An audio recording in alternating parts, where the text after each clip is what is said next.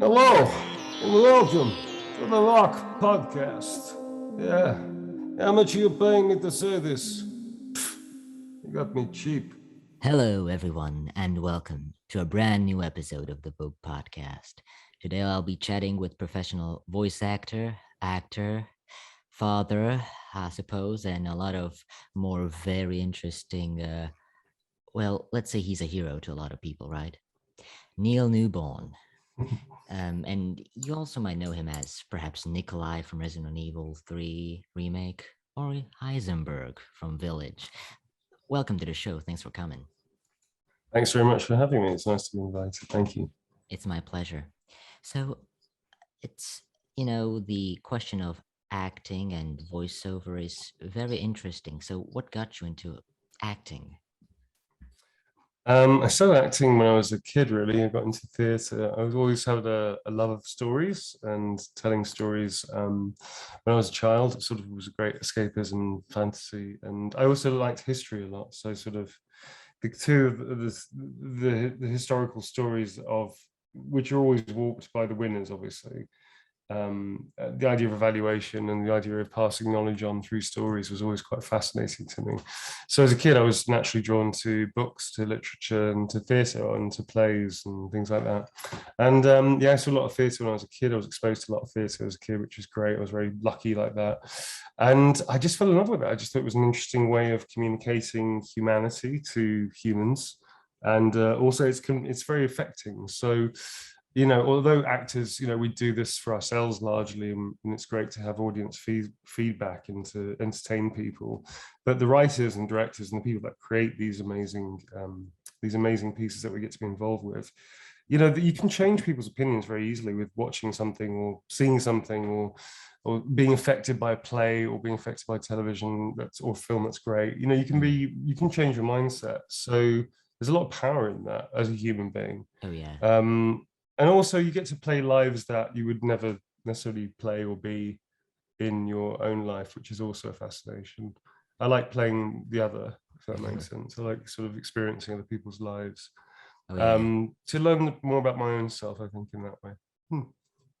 I must agree with you. As an actor, it's really fascinating to kind of make a fictional character pretty much give him a life, if that makes sense.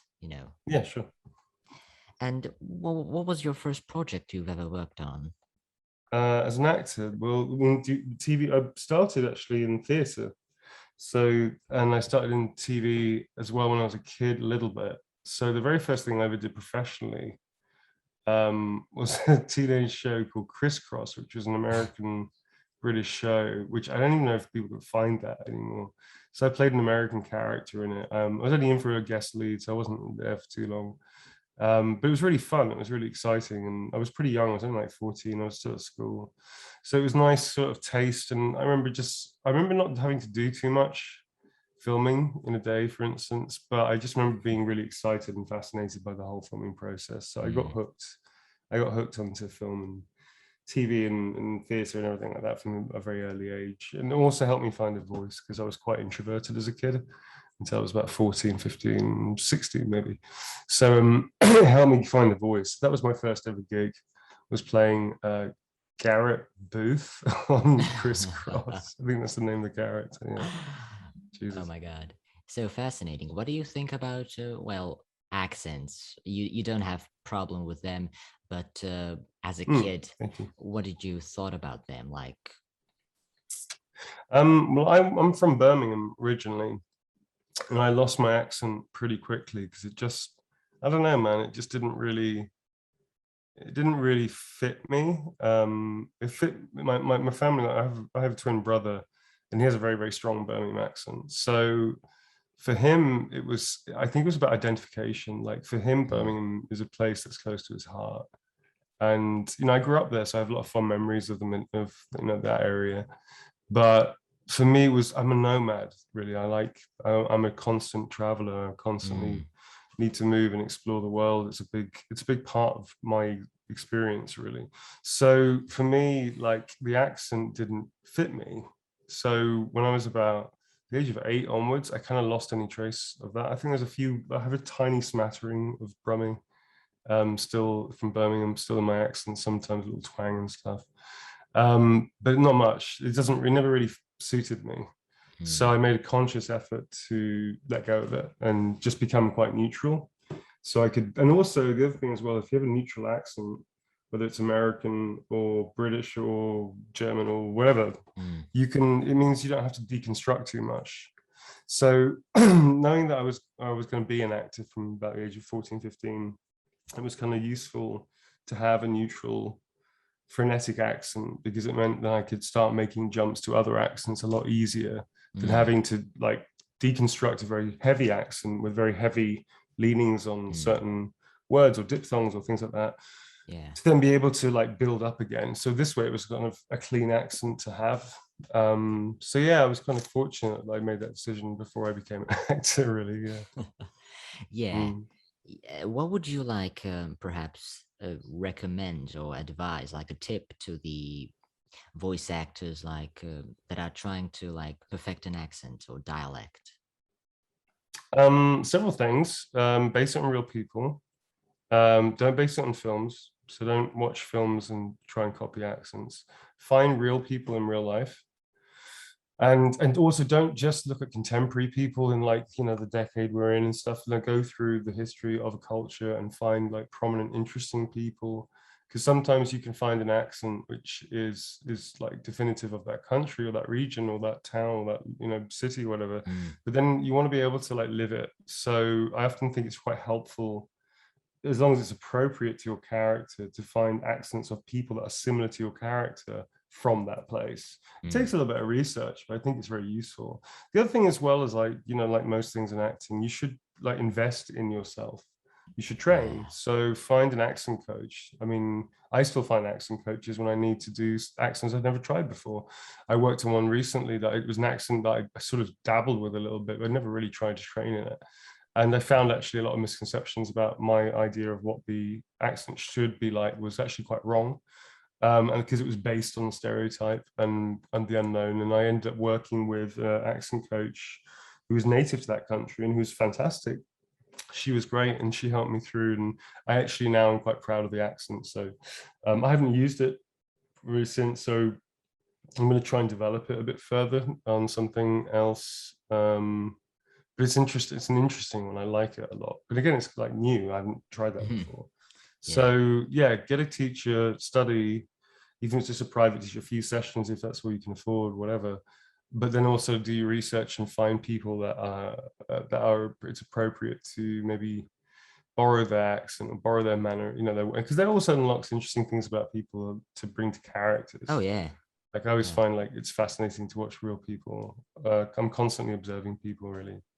Sometimes a bit too much, I think. So, but it is, all actors that know what they're doing, I think would do that. It's not unusual. It's just that we're concerned with everything to do with humanity, in terms of playability. Not sure if you heard about this website, but it's called the IDEO website, the International Dialects of English Archive, where you can pretty much select any part of the world and Asia, Central America, whatever. It's really all parts of the world and listen to their accent. And I think that's just really fascinating. That's super cool. I mean, the other thing as well is that you have to be mindful of, I mean, human beings can look like anything, come from anywhere to a point. To a point, I would say there's some places that it's highly unusual to find somebody that may not be of the majority backgrounds of that country. But there are other places like England, Britain, and America that are super multicultural. And that's the thing I think that bugs me sometimes, is that people make assumptions like, if this character comes from this country, therefore they should look like this. I think it's kind of nuts, because obviously in the real world, like, people are constantly moving around. This is one of the coolest things about the planet, and one of the most destructive things about the planet, I guess, as well. But it's the thing that I think you also have to play appropriate to your background. I think it's we're now at a fantastic place of diversity, where especially in my industry specifically, where originally anybody would play anybody, which would be cool, but now it's actually more appropriate to to make sure the diversity casting is on point. It's hard to do that when you're doing mocap, because sometimes you have zero idea and they have zero idea what the character might look like. You're just providing backgrounds. That's a little different because it's not really your fault if you end up doing playing a role that you have no idea what you're playing. You're just playing a background person, Yeah. But I think now with the leading roles, supporting roles, skinning, taking somebody's likeness, it's important to get that right, because I think it's an injustice of the industry, really, that for a long time people haven't been represented fairly. So it's good to see the equality coming through on every level, including my part of the industry, which is very cool. Yeah. And like I'm not sure, but do you speak like any other languages perhaps? Yeah, I speak a little bit of Spanish. Yeah. I'm learning quite a lot. I'm still learning, but I do speak. I understand quite a lot of Spanish. That is, which is I just find it yeah. fascinating, when like a person speaks multiple languages. It's really fascinating to me. I don't speak multiple, man. I speak two, and one of them is like a beginner level. So. I mean, two is also, I think, cool. Two is cool. Two is far better than one. Everybody should learn at least an additional language. That should be like a mandatory prerequisite, and you should be forced to do that throughout your life to learn a language. You can switch languages, but it should be like a mandatory thing for every human being to learn the person's language. That primarily is because like you learn the language, you learn the culture. And I think that's the thing that kind of fucks me off about humans so much, that we can be so deeply fearful and ignorant of one another, which is a tragedy of our world, that people get so afraid of other people or other countries because they know nothing about it. I think learning a language, or at least learning one extra language, makes you aware of multiculturalism throughout the world, makes you aware of differences, and ultimately can only open your mind to embracing the fact that the world is connected in a way that we don't allow ourselves to be sometimes, Exactly. Yeah. That reminds me, I think your first appearance or connection with Capcom was, Resident Evil 3 Remake, right? So I think I worked with Capcom on something before that, one of their other titles. But that would be Mocap, or doing stunts or combat or something like that. So in terms of, I think I'm right in saying this as a lead role, as a lead, full performance role. It might have been my first major one with Capcom, but I'm pretty sure I did other titles with them in the past. It's Mocap, but I can't. It's one of those things I've done like over 100 titles now, so I kind of lost count of what I've done, and sometimes I forget. Like some of the smaller stuff, like when you're doing a lot of mocap, like in-game locomotion mechanics or stunts in combat and things like that. Sometimes, not often, but sometimes it's easy to forget. Like, oh shit, I did stuff for that. It's not like it's not your face or voice necessarily. I mean, of course, I know you don't really remember, but for example, when you're doing like mocap, but not really like a full performance, are you like told what you do? What do you have to do, or what character are you supposed to play? Like, for example, when you play a zombie or something. Yeah, sure. I mean, obviously, it's animators will come to set, and they'll have, especially for an in-game mechanics locomotion day, you'll have anything up to like 300 plus animations that they want to capture. Each of them will be attributed to like a certain type of creature, or the player character, or supporting character, or background characters, right? So they have a very clear idea of what they're trying to aim for. They're not entirely sure always what it should look like until you do it, and that's the beauty of working with animators and directors directly in mocap, which is different to performance capture, that you get to explore a little bit, you get to play a little bit, you can have some like R&D, I call it.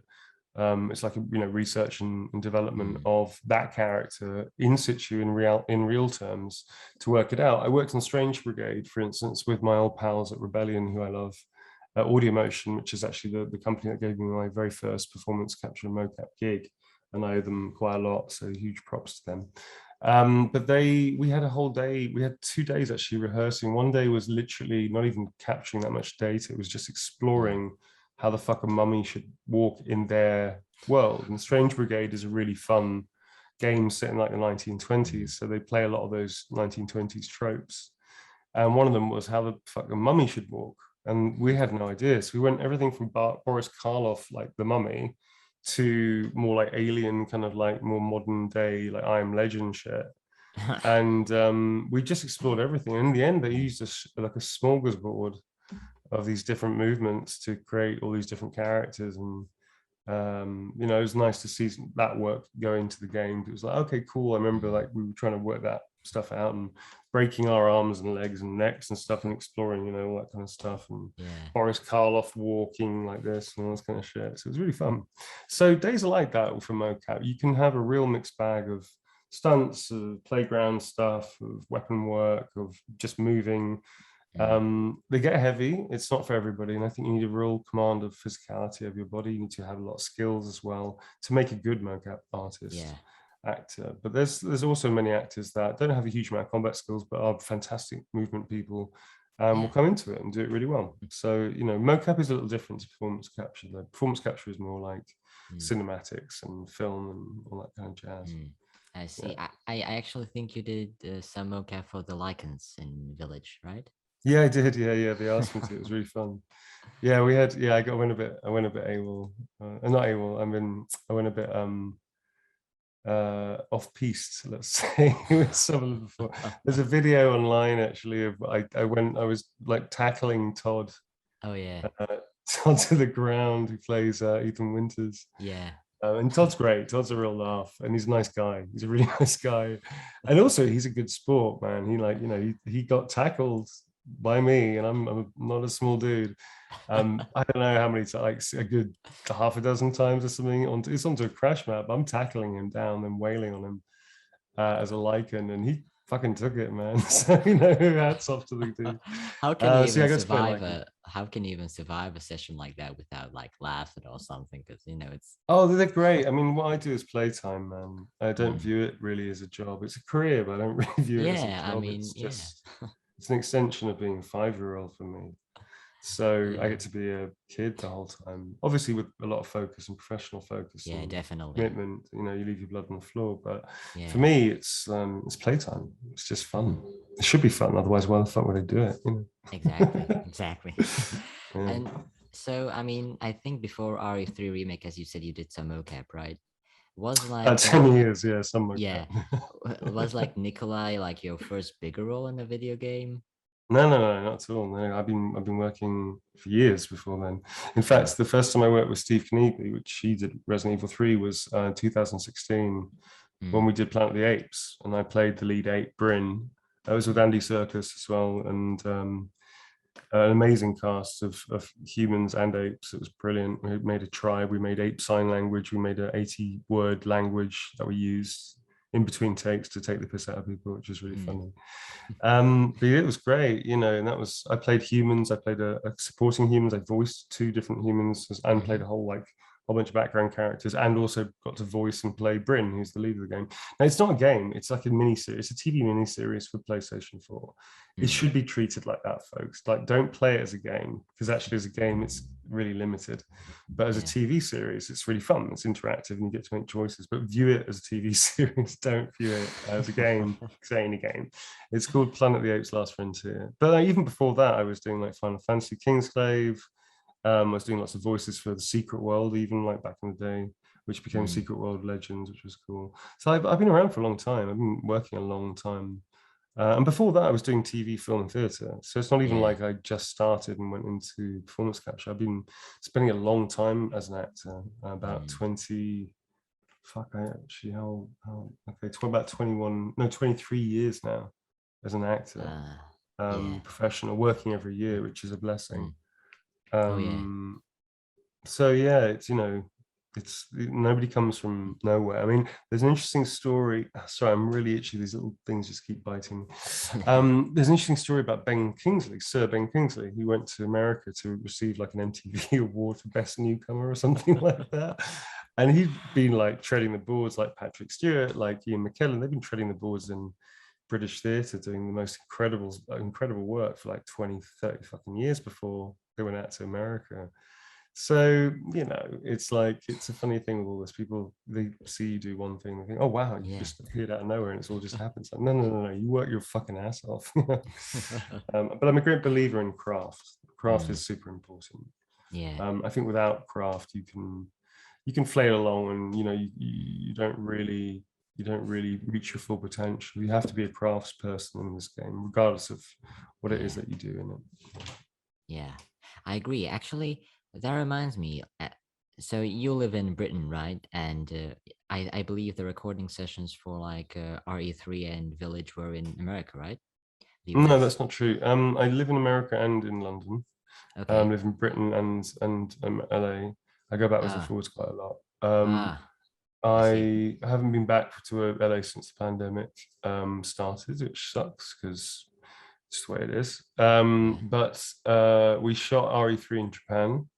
We shot Village in Los Angeles, in Sony Yes. Studios. So I Yeah. travel a lot and I travel around a lot. I like my life to be like that because it allows me to keep myself fresh and interested in Mm, the whole world. But I travel around Europe and I work around Europe, and mm. that's always kind of been my life, really. Certainly for the last 10 years, I've been traveling a lot, which has been amazing. So yeah, so that's my life, which is very blessed to say that, and I'm very lucky to be able Oh to yeah. experience the world. Yeah. I mean, I actually didn't know like that RE3 was shot in Japan.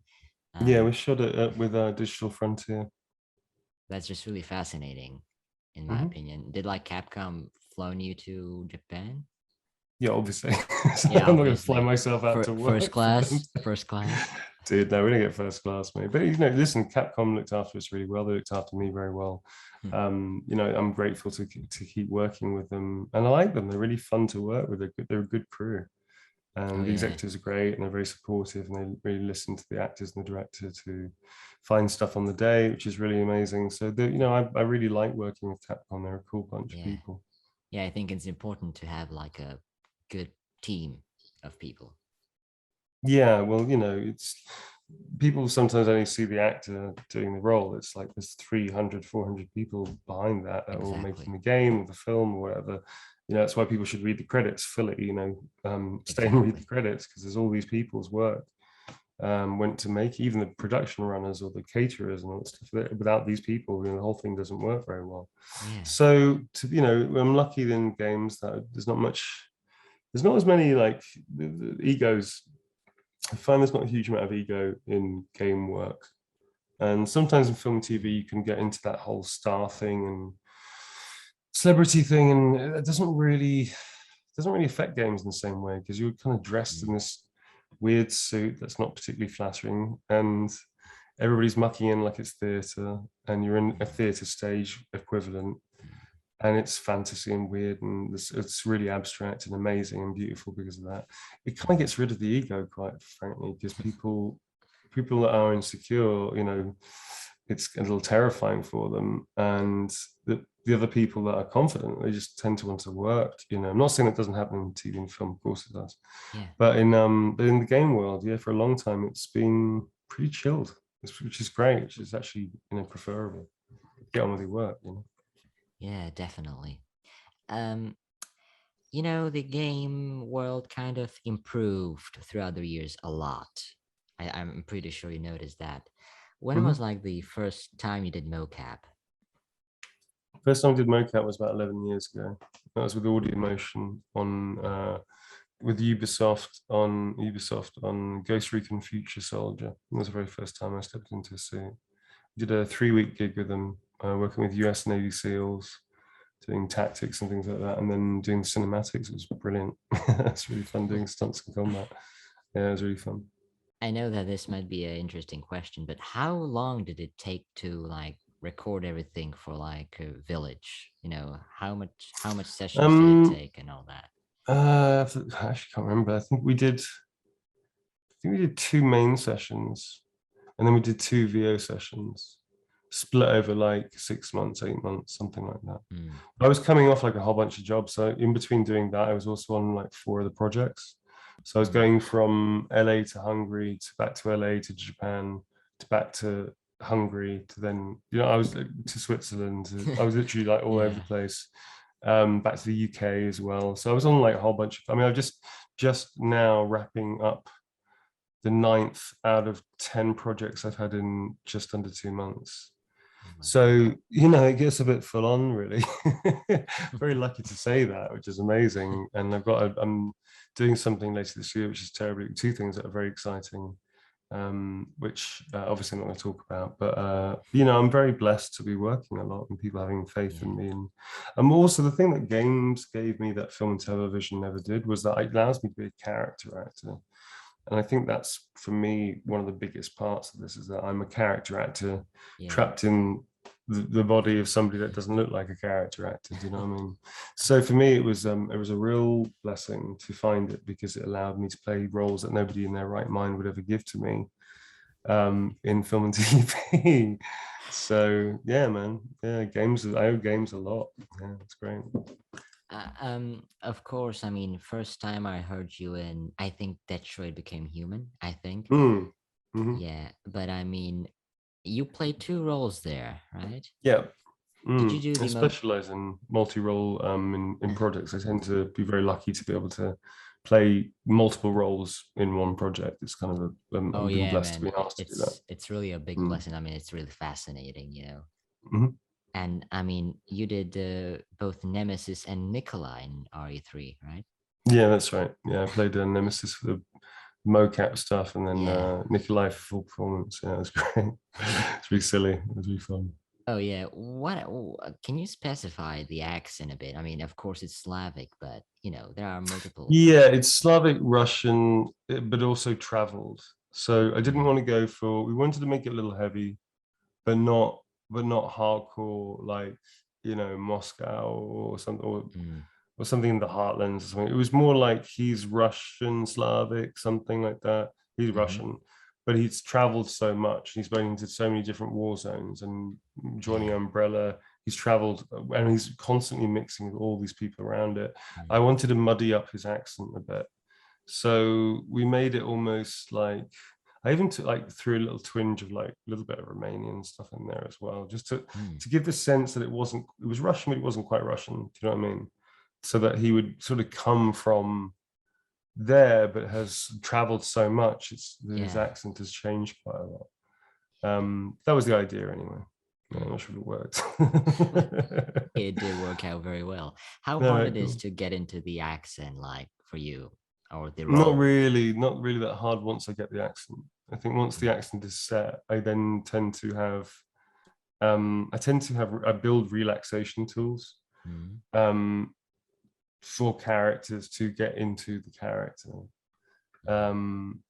So yeah, I mean, I'm not going to do them because they're kind of like, they're one of those things in acting that when you find tools that work, you don't really want to share them too much, because if you do, they kind of stop working. Which is a bummer, because then you have to find something else. Although there is one I'll share, because actually it's actually a line from a project, and it is actually just a vocal thing, so I don't mind sharing that. But I play in Baldur's Gate 3, I play Astarion, who's like a half-elf vampire creature, which is an ongoing project, which I'm just having a fucking blast with, because the writer Stephen Rooney is just a god, and Larian are just amazing people as well, and Sven's amazing. He's awesome. So I do a thing where just to get back into the high inflection of the accent, and just to get back into it. Hello, my name's Astarion, and that just sort of, hello, it allows me to go back into Astarion's voice with all his little weird, naughty little quirks. So it just allows me to jump back into like a headset and a mindset. I don't mind sharing that, because I've done that a lot. I've done that on stream and stuff like that as well. But it's just a little thing. It's just, you know, and sometimes it's just, you know, for an ape, I used to do grunts and hoots and all that kind of shit, which were based on actual sounds that apes make, chimpanzees specifically make. This was all research. We worked with Peter Elliott, who's the godfather, the grandfather of all animal work in film, television, and games, really. Way before, like, you know, Terry Notary, way before Andy Serkis. He was doing stuff back in the 70s that nobody had ever done, late 70s, 80s. He's incredible. So Peter Elliott actually helped us develop our apes, and also taught us the language of apes, and taught us hierarchy and social structure and how it works. I mean, he gave us so much information and workshopped really well with us. And without him, we wouldn't have been able to perform so well in that project. I really think the performances were quite something special in that. It's a shame it didn't do so well, but I mean, the game, if you don't treat it like a game, treat it like a TV series, it's really fucking good. And the performances are really fucking good. And that's just not me being a dick. We worked our balls off for that, you know, or ovaries or whatever. Mm. What did you know about the perhaps the Resident Evil series before you got into it? Like what I did know you I know wasn't about very the good at playing actors? it. You know. I knew that I wasn't very good at playing Resident Evil. I suck at Resident Evil. The modern games, weirdly, I can play because they're better controls, but the original ones, they're way too fucking hard. Too tough. I I mean, suck. yeah. But did you know, Yeah. like perhaps some actors who've been into the games before? No, not really. I didn't look at the Nikolai that came before me out of respect to his Nikolai. Hmm. Didn't watch any of the cutscenes from three, the original one, because I thought, you know what, that was their project, that was his character choices, that was his Yeah. character. I don't want to emulate it. That was his thing. I'm going to find my own dude and Mm. my own givens and choices. And I think as an actor, when you're coming into something, unless it's something like James Bond or something so fucking iconic that you kind of have to do nods to Yeah. certain things. But Yeah. even then, like, no two Bonds are the same. So I think, in terms of like stepping into Nikolai, who was, a well-known character, a loved Yeah. character, I was like, dude, I don't want to emulate somebody else's performance. I want to find my own Nikolai that makes sense to me, and Yeah. his quirkiness and his own weird stuff and his, macabre humor and delight in destruction, and he loves his job. He like I think, war brings him levity, Yeah. which is something a bit unusual, I guess. But like, being at home, going to the shops and watching television all day is like slow death to him. So stuff like that, you don't really glean that from necessarily watching somebody else's performance. You have to sort of create that yourself on the Yeah. inside and come out and add all these different things like accents and movement and walks and stuff. Yeah. Yeah. Do you have like a favorite line? Not really. No, I never really have favorite lines. I have lines that people like. And I have Mm. lines that I'm happy to say to people. But I never really have like a favorite line. I like characters and I get to say Mm. everything and I enjoy everything. I guess some things stick more in the mind because I'm more like catchphrasing and whatnot. But Yeah. I generally don't have like a favorite line that I keep saying to people and about this character and that character. It's more about the characters themselves are just very dear to me. I know, people always ask when they're asking about Nikolai and stuff, good luck and things like that. You just, because it's fun and it's punchy and Yeah. it's short. I personally don't have a favorite line with any of my characters. I really dig the characters. So yeah, I don't have a favorite character either. I have characters that have been like super interesting to play and have given me like huge. I mean, Astarion I'm playing at the moment. There's so much to play with because the game is so big. Yeah. We still haven't finished shooting, man. I've been shooting for like 2 years already, and we still haven't Oh dear. finished. We're probably not even halfway yet. I mean, I as don't know. long I'm as not there's sure how long work. it's. No, it's brilliant. I love it. I love playing Astarion. So for me, it's like great. I just get to keep playing. But I don't like have a particular line of his. I don't even know how many we've done. At least, well, released is at least 5,000 lines Oh minimum. dear. Oh my That's God. released. So I mean, trying to find a favorite, and they're all really good. That's the thing. The writers are incredible on Baldur's Gate 3. Larian are a really fantastic studio to work for. Mm. So I don't know why the hell do I want to pick a favorite? They're all great. Sometimes when actors say that they have a favorite line, I think they're just trying to cover up the fact that's the only line they can remember from the game.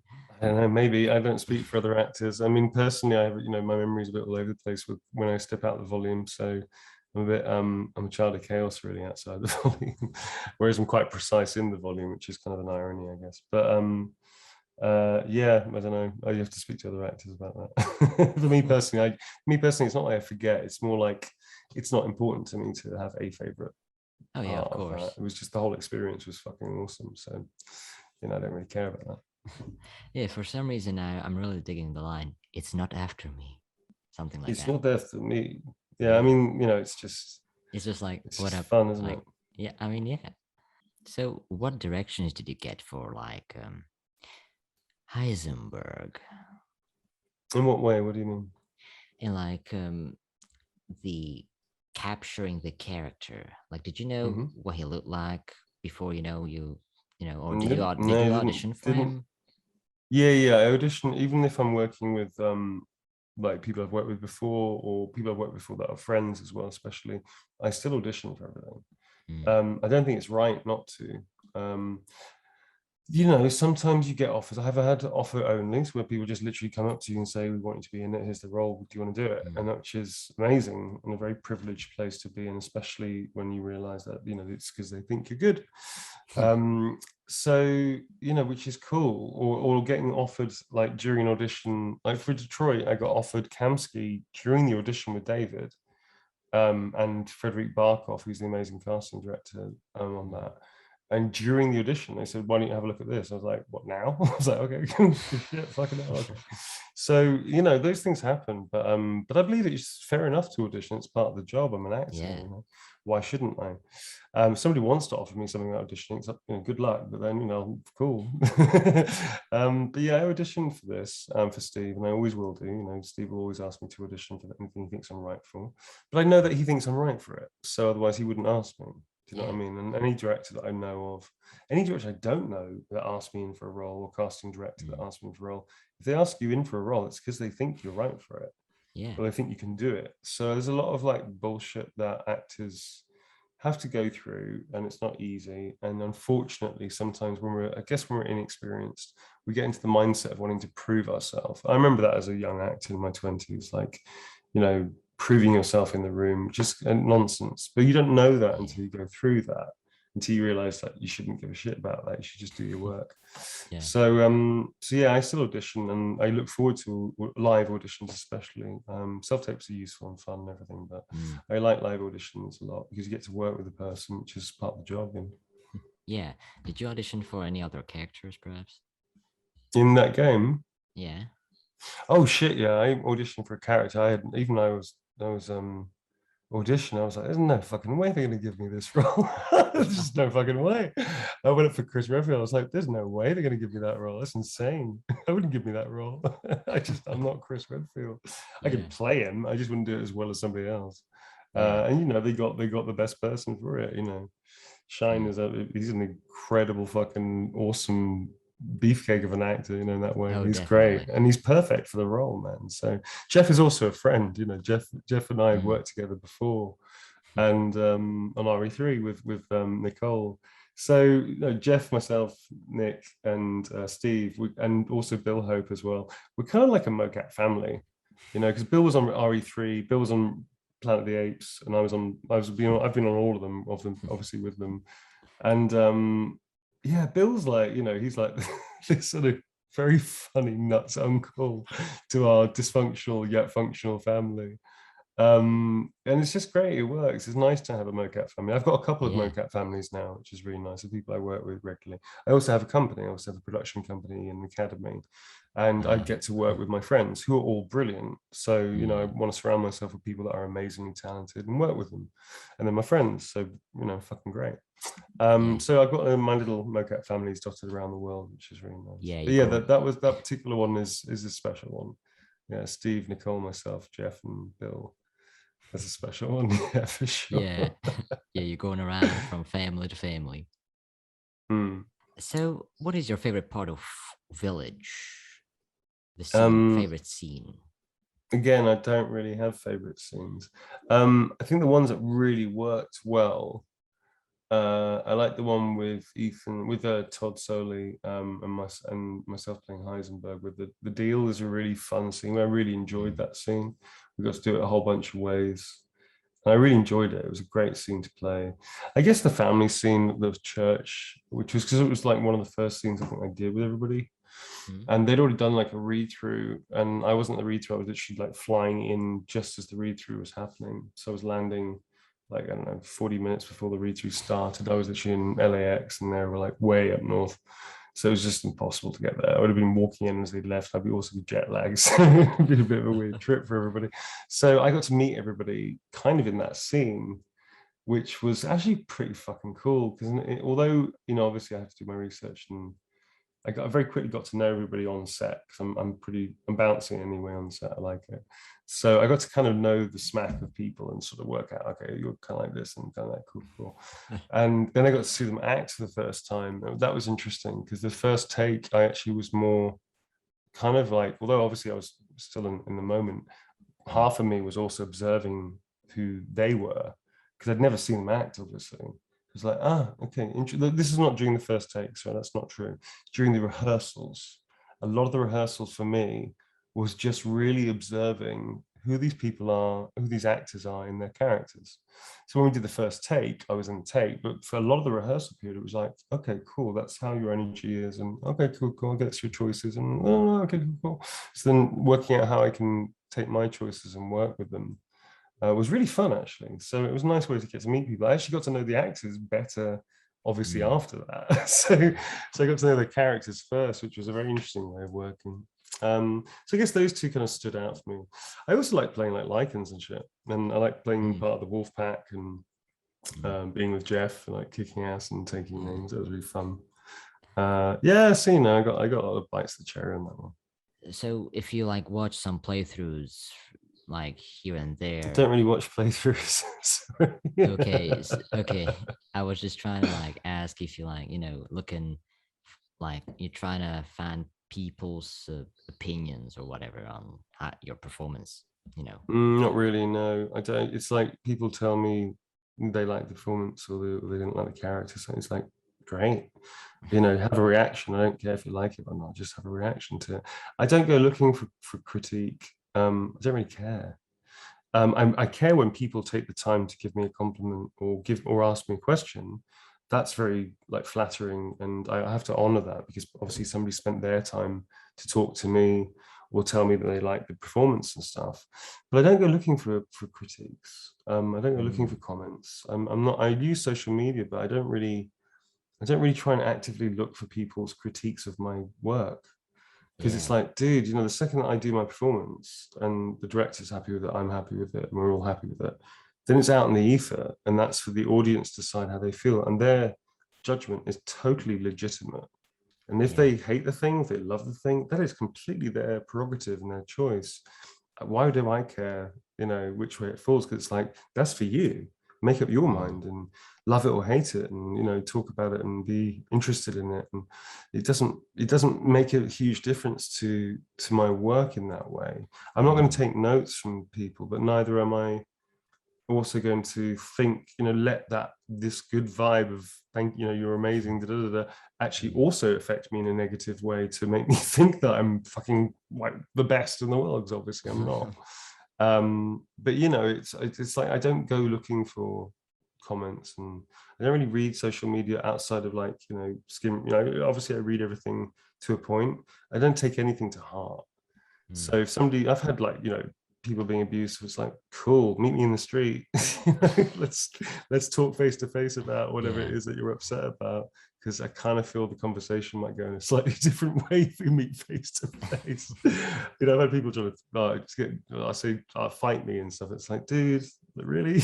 Like, we could do that, but I don't think it's going to end well for anybody. So it's a strange thing online and social and all that stuff, because obviously I grew up in a period where there was none of that shit. And it is a wonderful thing. It's also equally a terrifying, dangerous thing when people allow it to be terrifying and dangerous. Oh, definitely. I mean, people always talk about like they're being bullied at home online, and you're going, turn it off. Don't fucking read it. I mean, educate children, teenagers, adults, to don't fucking read it at home. At home is your sanctuary, man. If you're getting bullied, and I was bullied for years as a kid, my bullies were all face to face, though we didn't have social media. So I guess I was lucky in that way. I saw them coming. But for me, it was like, cool, I can deal with that face to face. So the idea of somebody trolling me on social media is like, big whoop, great, cool. But new generations, new technology, new culture, new ways of thinking. I get it. People are affected by that. Here's the thing, folks. If you're being bullied online, turn it fucking off. Put down the phone, put on a movie or play a game, or speak to the people that are your real friends, and ignore those motherfuckers. Because quite frankly, that's all the power they have. An anonymous troll or somebody who's hiding behind a fake account or catfishing. Fuck it. Turn it off. Your home is your sanctuary. Your room is your sanctuary. Exactly. Do not let that infect it. So for me, it's like, I mean, again, it's like I really respect and I really am flattered by people who take the time to say nice things. I do read them. I just don't let like my ego get fed by that stuff, because I think it's very dangerous to take your foot off the gas, because then it's like, well, those characters I really liked, I worked really hard on them. So if I just assume it's going to be brilliant and don't do any work, that's equally dangerous. Yeah. So I have a very Zen approach to this stuff. You know, I'm happy for the person that enjoys the work. I don't try and, you know, feed myself off the comments, because that's not really what it's about. I hope that makes sense, because obviously it's quite of a complex thing to talk about. Definitely. Yeah. Yeah. So, yeah. What do you think about, like, you know, like getting like invited to interviews and all that, you know, like getting the attention? What do you think about that? Well, I mean, the main thing is I just talk about my work and promote the work I'm in, and promote other actors and promote the directors, because that's my job. Part of my job is to do press for the jobs I do and to talk about that. My private life is off limits. I don't talk about my private life. Because if you know too much about me, you're not going to know about the characters I play. That's going to supersede that. And my life is not as interesting as a character, because nobody's written like a film, game, theatre piece about my life. So you should watch the characters and also see, it's like, that's not what I make my money from. I make my money from entertaining people in other people's stories. I don't make money off my private life. So that is private, which is fair enough, because everybody's entitled to that. Definitely. So I think that's the thing. It's like, that's the attention stuff is incredibly flattering. I like the fact that people have a reaction to my work, and that people take the time to say things that they really are sincere about.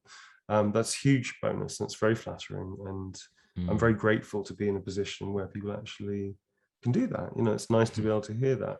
But I think the thing is that I've never really courted attention. I don't need to have that kind of fame is a really fucked up thing. Like, you can't control fame. You can try to, you can manicure it and manufacture it and blah blah blah blah.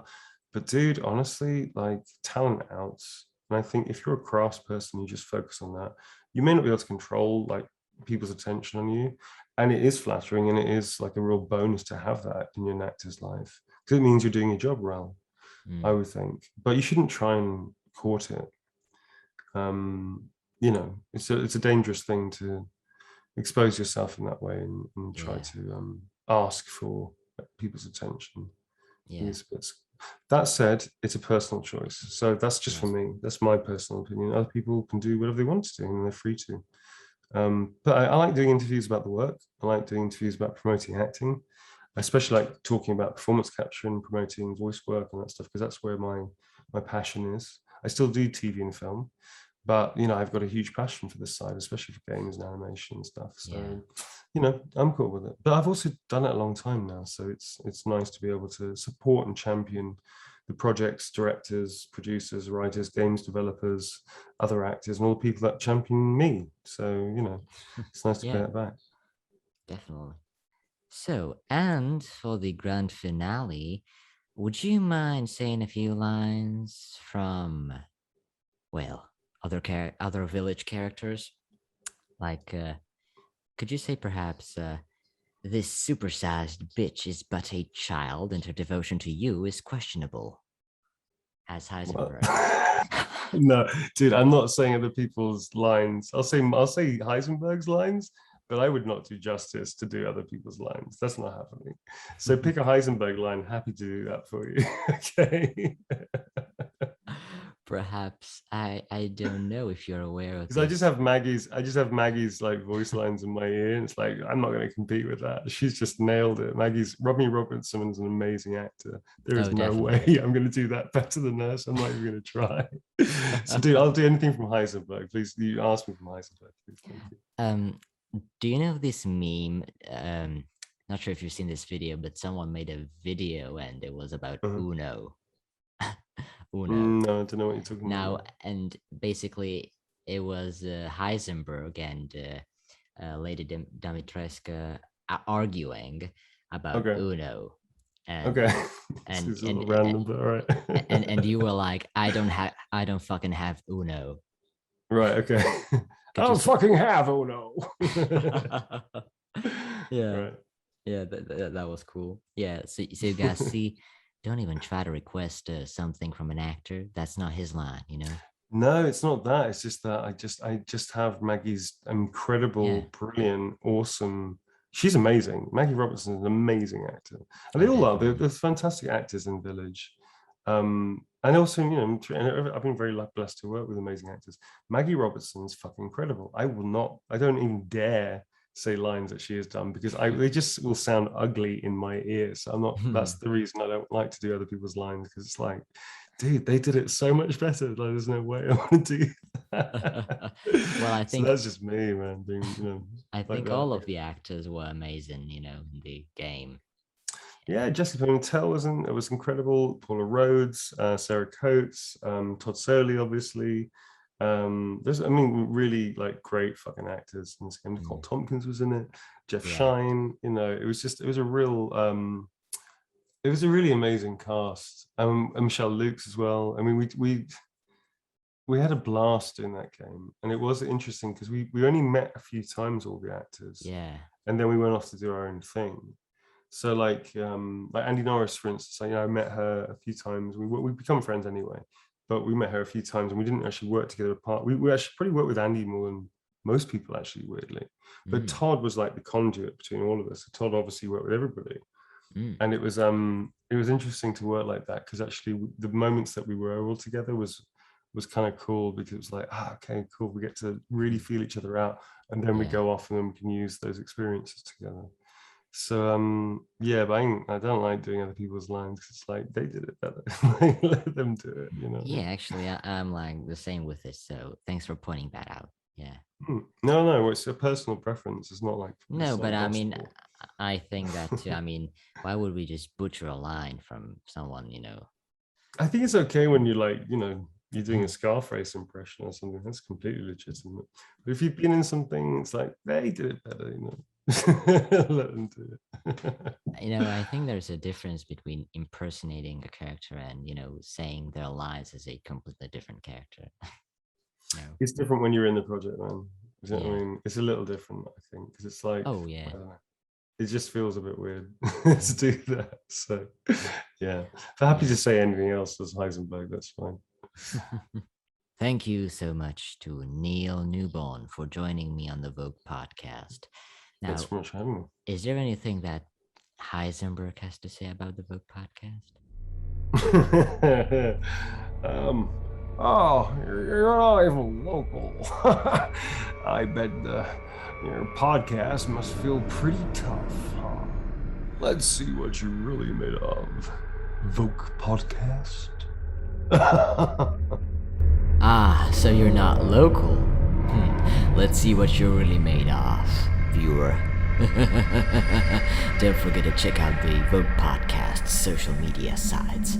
And of course, Neil Newbon's social media sites, you supersized bitch.